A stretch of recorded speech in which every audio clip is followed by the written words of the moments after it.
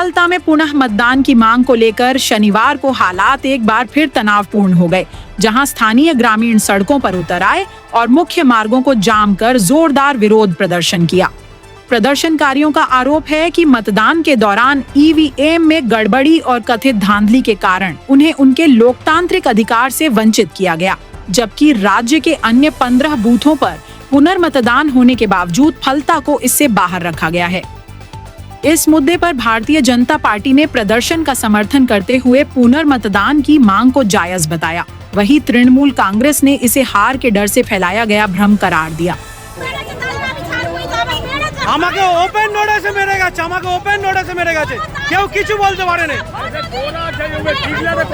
বাল ছেড়া তারা কথা কি করবে? আমাদের ওপেন নোটিসে মুসলিমদের মেরে গেছে। আজকে বঙ্গনগর টু হাসিনগরে সাধারণ মানুষের উপর অত্যাচার করা হচ্ছে। তারা কেন বিজেপিকে ভোট দিয়েছে সেই কারণের জন্য তাদের আজকে মারধর করা হচ্ছে, বাড়ি বাড়ি অত্যাচার করা হচ্ছে। সাধারণ মানুষ অতিষ্ঠ হয়ে উঠেছে, সাধারণ বাড়ির মহিলারা অতিষ্ঠ হয়ে উঠেছে, তাদের গায়ে হাত দেওয়া হচ্ছে। আমি স্পষ্ট কথা বলে দিতে চাই, ছেড়ে কথা কিন্তু বলা হবে না, এগুলো একদম ছেড়ে কথা বলা হবে না। হয় সূত্রে যাও, এসব একদম চলবে না, একদম চলবে না। একদম ভারী মা বোনেদের গায়ে হাত দেওয়া একদম মেনে নেবো না, আমি একদম মেনে নেবো না। যতদূর যেতে হয় যাবো, বলে দিলাম, খুব সাবধান করে দিতে চাই।